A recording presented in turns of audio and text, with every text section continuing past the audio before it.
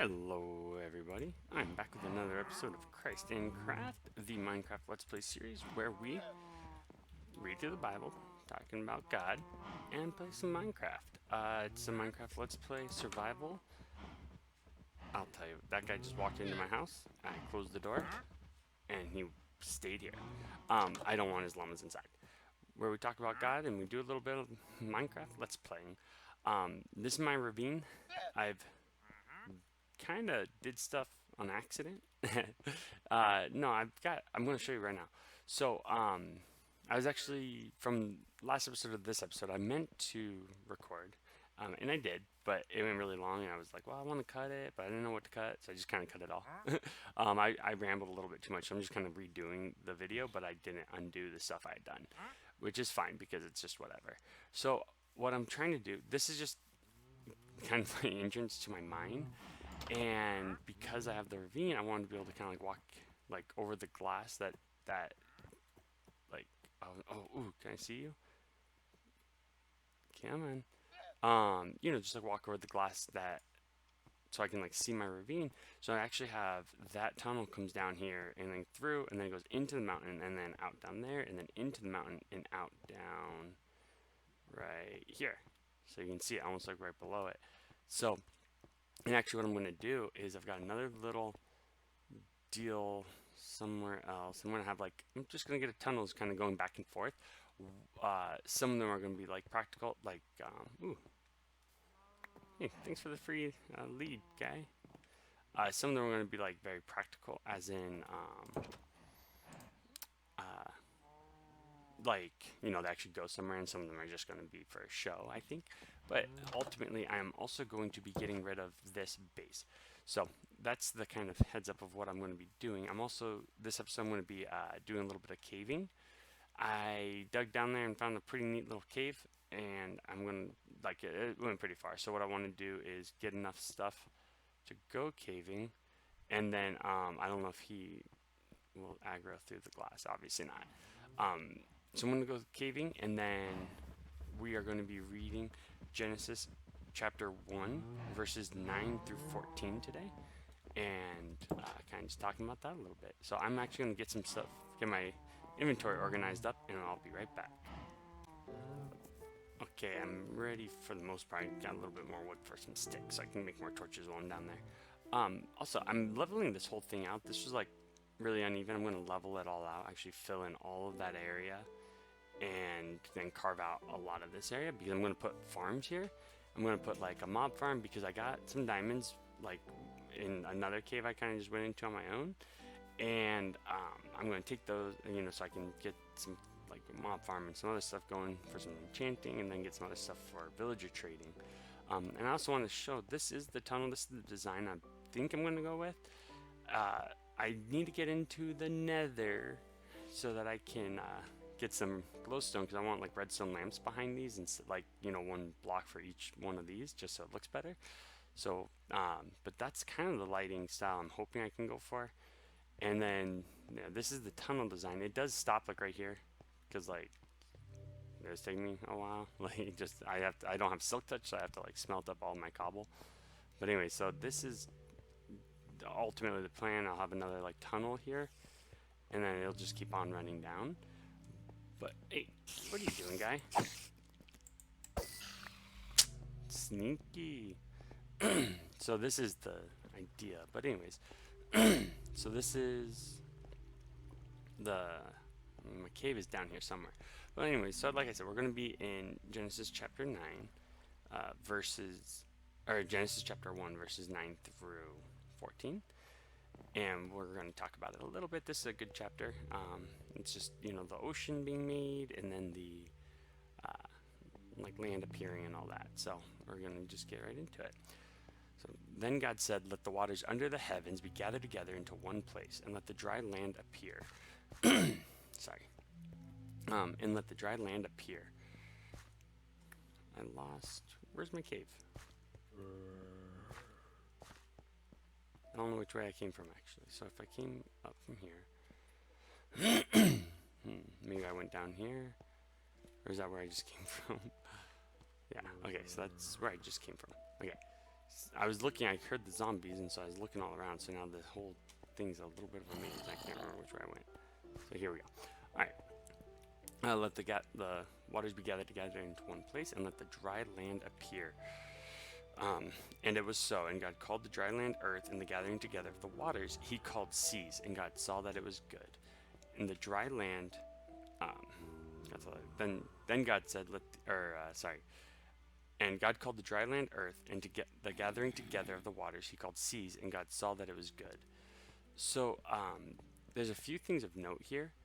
And one is just that, he gathered the seas to one place, and then he gathered the dry land to one place. Like, I mean, we know, like, Pangea, right?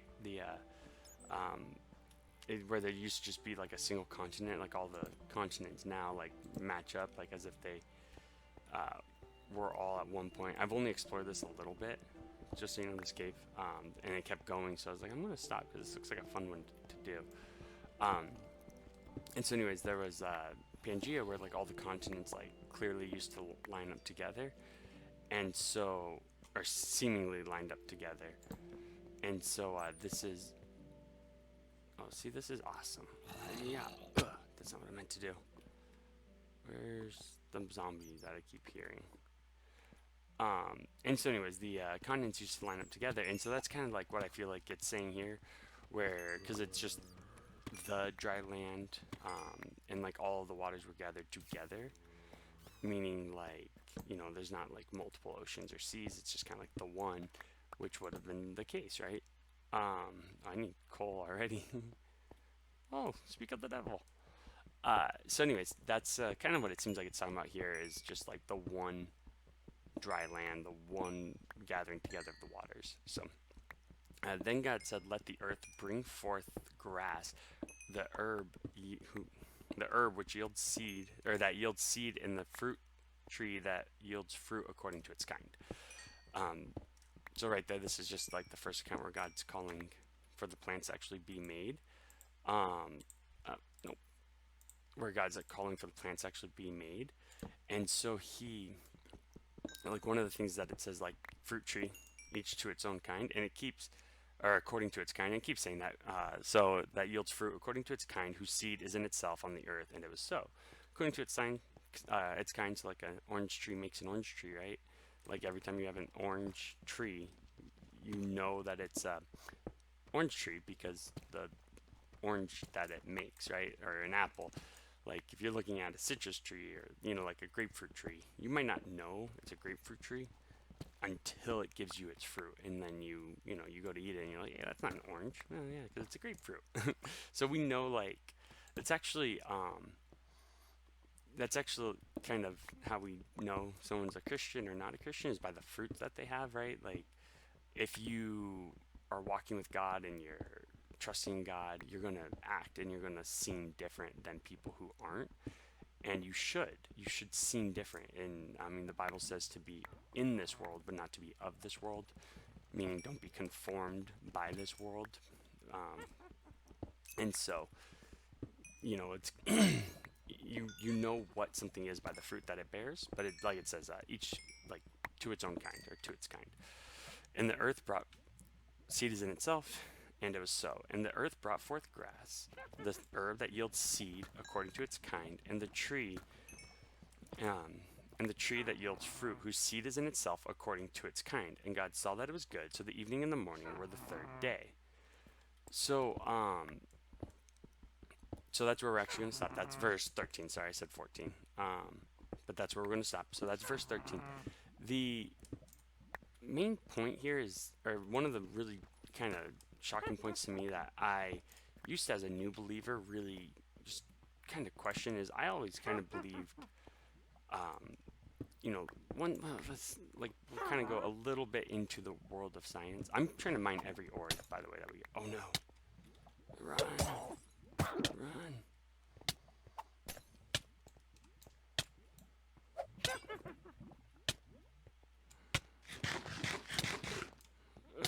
Where is she?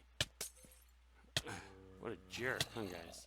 I heard her, and I didn't take that threat seriously. Alright, let's do this.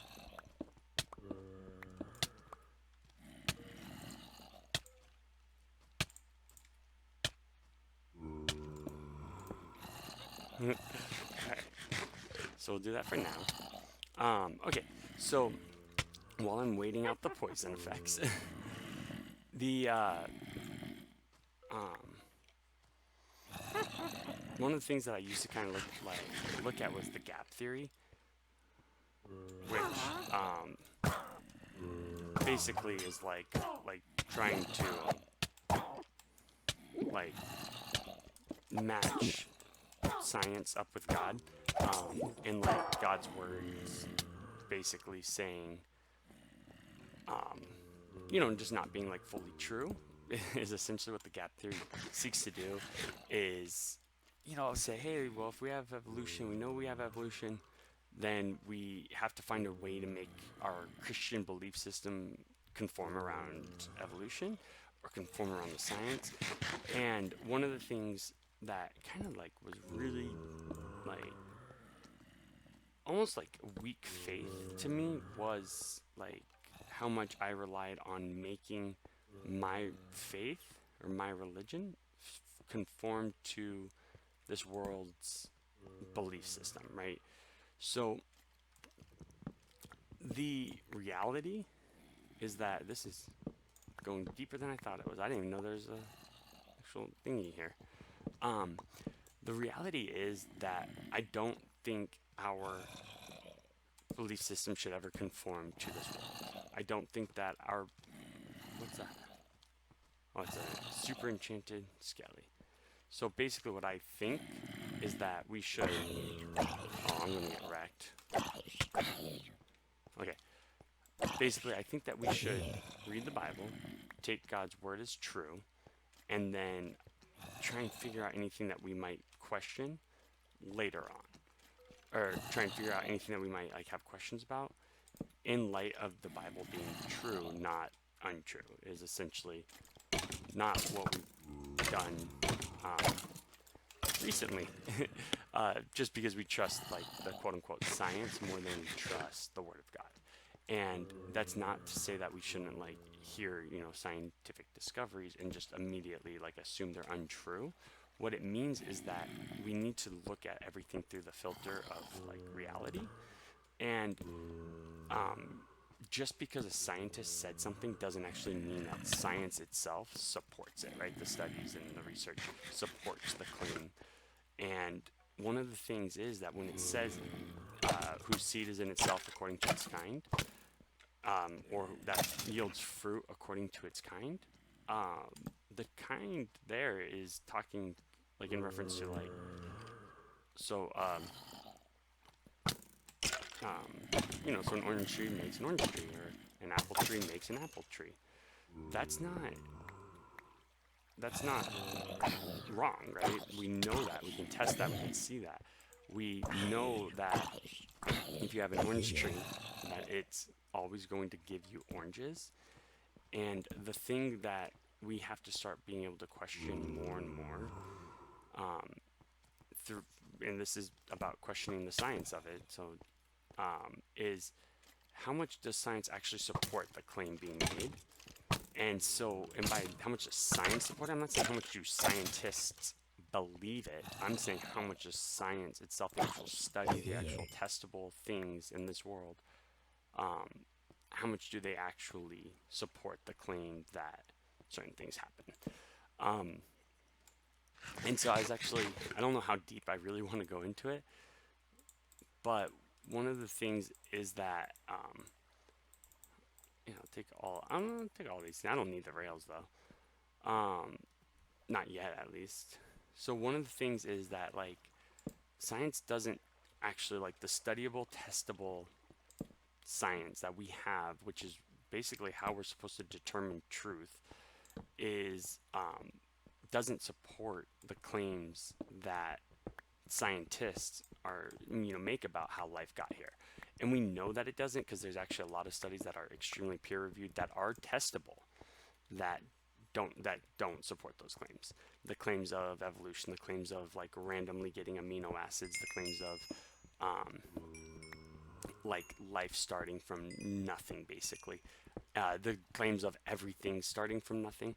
So these aren't actually supported in the like realistic views of or in like the realistic testable science, right? These are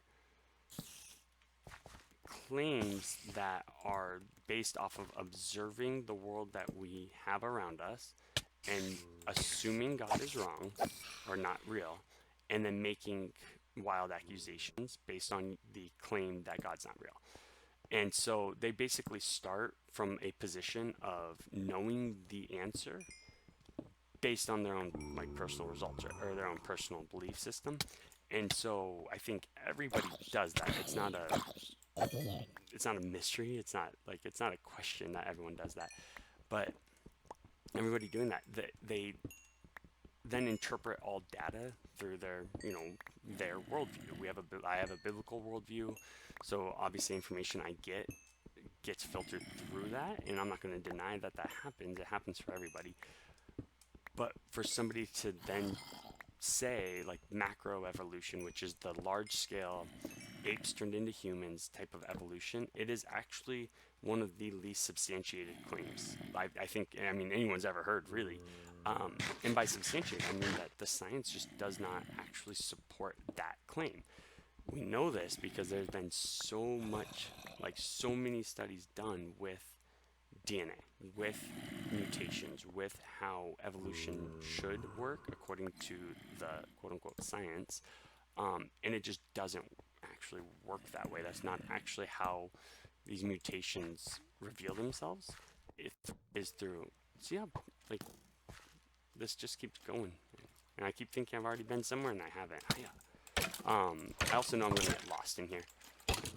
So I want to just kind of make it clear that, like, or make sure I at least say it. I don't want to go too deep into it. I've already gone a little more than I was kind of planning on. What I really, really encourage anybody listening to this to do, and I legitimately would love for anybody listening to this to do this, is to try and look up how much, like, the studies about genetic mutations and stuff. Basically the basis for evolution is genetic mutation over millions of years have ultimately caused what we see before us today, right? Like all the life and all the organisms. The problem with that claim is that genetic mutations have only been, in a real world setting, testable, observable, detrimental. Meaning never a good positive gain. It's always been a loss of information, a destruction of information, which is actually something that was assumed by other laws of physics, such as like laws where, like, well, again, I'm not going to go too deep into it. Just look into like everything is speculative. They say, well, but we know over, and this isn't a joke. I was reading in one of the studies about it that supported that DNA doesn't mutate in the very way that Christians think it doesn't mutate. So there's studies about this, and one of the like arguments for it, like saying, well, it still can happen, is just that, well, we know over so many years it would eventually happen. And it's like, you can't make that claim when none of the data supports what you're saying. And so I want to get rid of this water.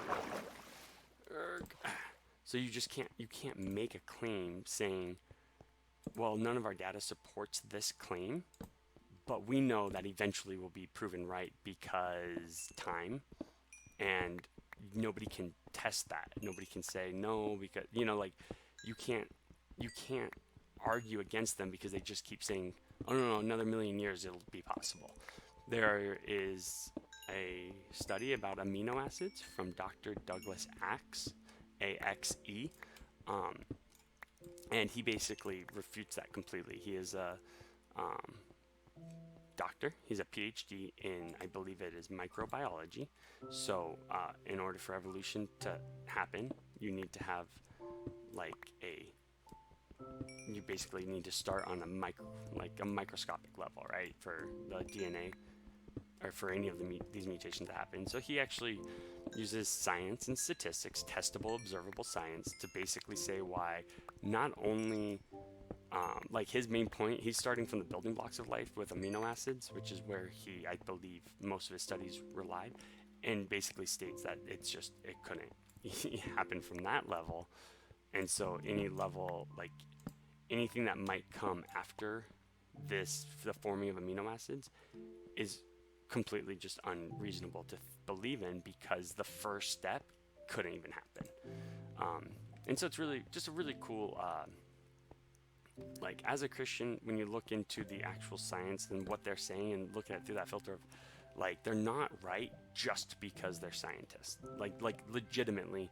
And I'm not saying don't believe science in general. I'm saying don't believe scientists in mass just because they have a PhD in a field. Being an expert in a field doesn't instantly make you right in everything.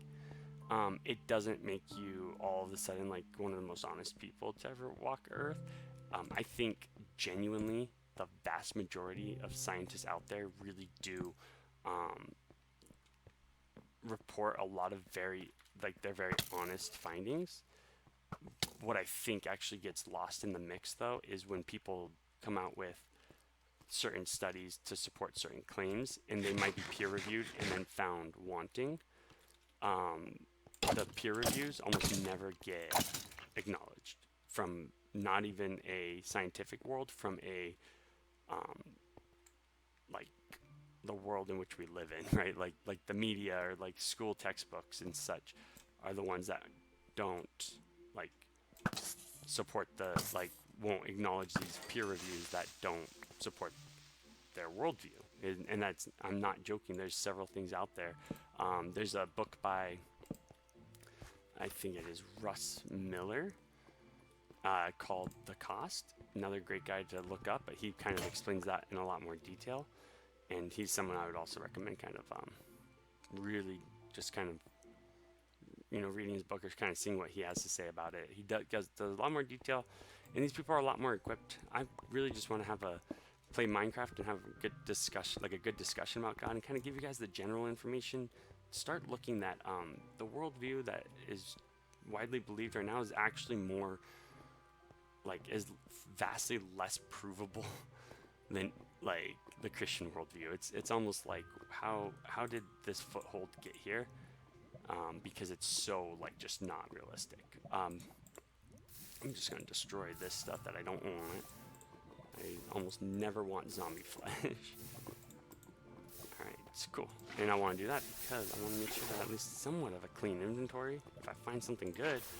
So anyways, that's pretty much, I guess, my quote-unquote soapbox for today.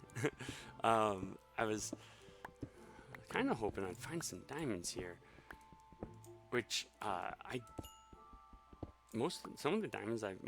think all of the diamonds actually I found completely on accident, and it was just like me actually.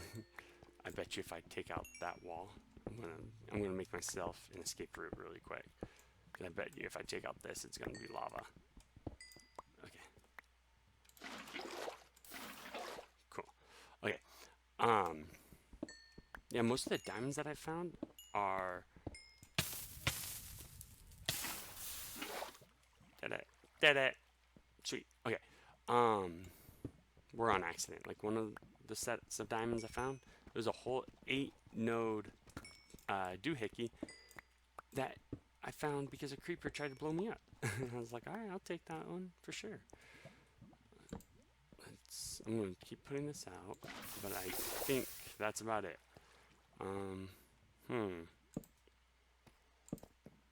don't know, caving has proven to be super beneficial, to finding diamonds so far, but not on this little adventure. And I'm pretty deep. I'm pretty sure this cave is really deep.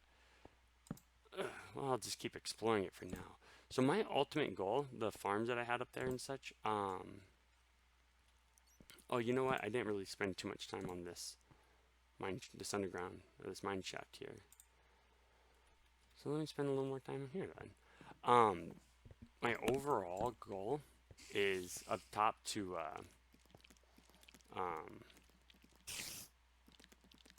there you are. Come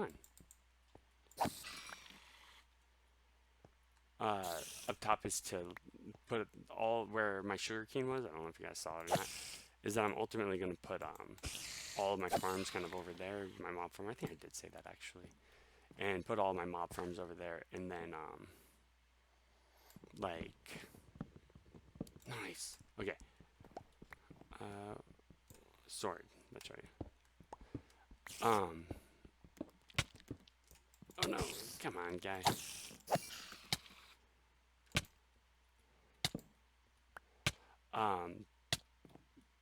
Yeah, put all my farms over there, and then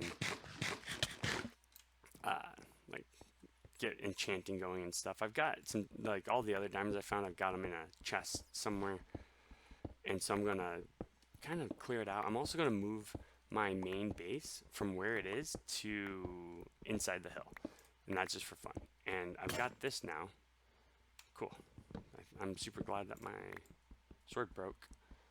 I've got this little spider spawner that maybe I will use, maybe I won't, but it's there. It's there for me to use. Alright, come on. Are you stuck? Dead end. Alright. Let's see, is there anything else cool in here? Hello? Where's the cool stuff? It's kind of lame there's only one minecart, because I didn't get anything good out of it. I don't know what those glow berries are for, but they're not cool to me right now without knowing what they are. It seems like I'm getting all clicky right now. I hope I'm not. Alright. Well, I think that's probably going to be it for today. I'm going to keep looking around. I'm not going to end it quite yet. I'm going to keep looking around really quick, and then if I find something cool, I'll bring you guys back. If not, I'll see you up top. Okay, guys, I'm back because I found a zombie spawner, but I'm trying to light it up. Okay, well, actually, success. Okay, awesome, sweet. See, I like that kind of. I don't want that stuff. I'll take the name tag. Okay, sweet. So I mean, yeah, I found that. I think let me get rid of my junk real quick. So see now this oak planks. Do I need these? I don't know. Okay, so this I can use, and I'm super thrilled with that. Let's see. What's over here? See, there's just more cave everywhere, which I really like the cave stuff, which is awesome. It's much better when your caves lead you to diamonds, though. Like that's just a fact. Caves are better when they lead you to diamonds. So I think that's going to do it for today.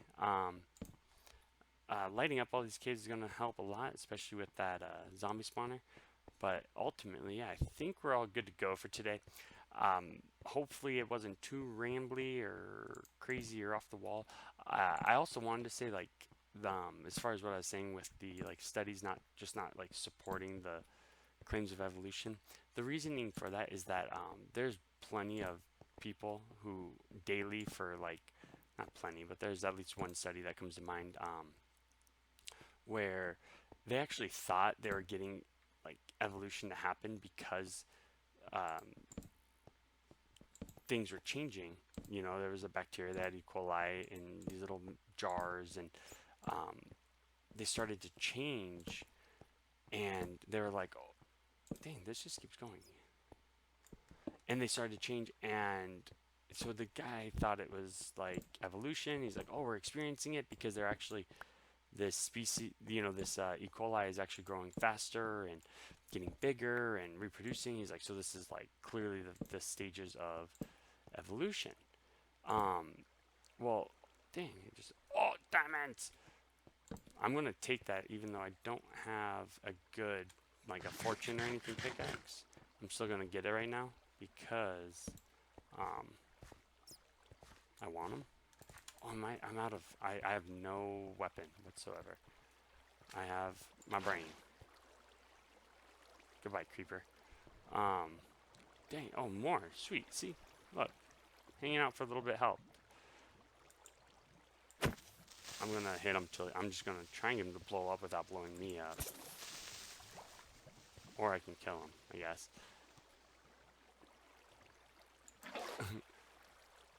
Okay. Oh, I didn't mean to press E there, by the way. So anyways, yeah, and he thought he was getting evolution because the bacteria, the E. coli, was actually so it was mutating and it was doing what they kind of thought it should do after, I mean, years and years and years. But the amount of mutations or the amount of reproductions that happen like every day with E. coli was so much that that's why he was doing it, is like it's an accelerated example. The problem with the study after so long was that, not so long, but the problem with it was that, um,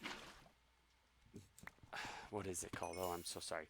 Um, oh, it wasn't evolution because as after he was able to actually observe the DNA, because this was happening before the DNA was extremely observable, and so after he was able to really microscopically examine the DNA and what was happening on a genetic level with the bacteria, he was able to discover that it wasn't evolving, but the changes that were happening were as a result of a loss of genetic information, which is how it works. I mean, that's the only type of mutations that we can see and observe, is a loss of genetic mutation or a loss of genetic information.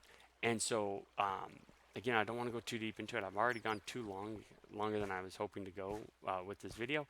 But basically what he found is that the E. coli and was it killed off one of the like markers that allowed it to absorb a certain type of nutrient, and that also had an effect of allowing them to grow bigger and multiply faster. And so although it seemed really good on the surface, what it proved was that it actually was ultimately eliminating information, which over enough time, this is again the only thing we've ever observed in that realm, is the loss of information, not the gain of information. And so is the loss of information, not the gain of information. And so basically, oh, let me see. I'm actually curious what's down here. And so just from that like example, we can kind of say like, well, everything observable is a loss of genetic information, not a gain. And that thing, that bacteria was ultimately like going to, destroy enough information that it couldn't survive anymore.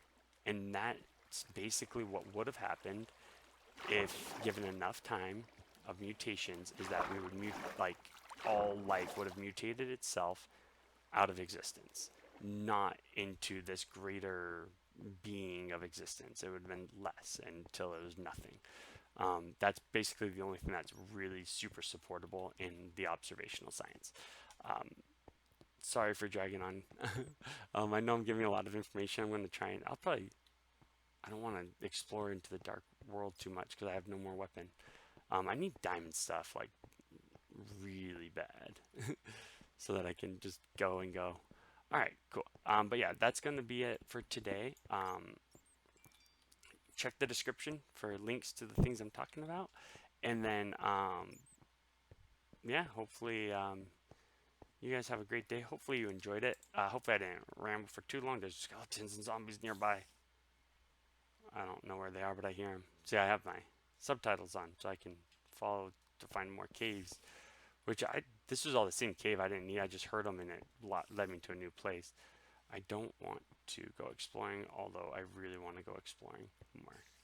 It's just not smart, especially because I've got, 8 diamonds. Woohoo! Alright, thank you guys very much for stopping by. Thank you for checking it out, and I really hope you enjoyed it. If not, let me know why. If so, please leave a like and subscribe. Thank you very much, and you guys have a great day. Bad news. I jumped from there, or here, trying to land here because I was getting shot at skellies. Misjudged it, and I landed there instead of there, and I died, and everything got eaten by lava. So, yep. That's sad. I was like, I made my way back, but um, uh, see, they're all over the place. This place goes way deeper. I just got lost just trying to find my way back, and I got lost. So now I think I'm just gonna probably die to get back home, and then come explore this some more. That was all for nothing. All right, you guys have a great day.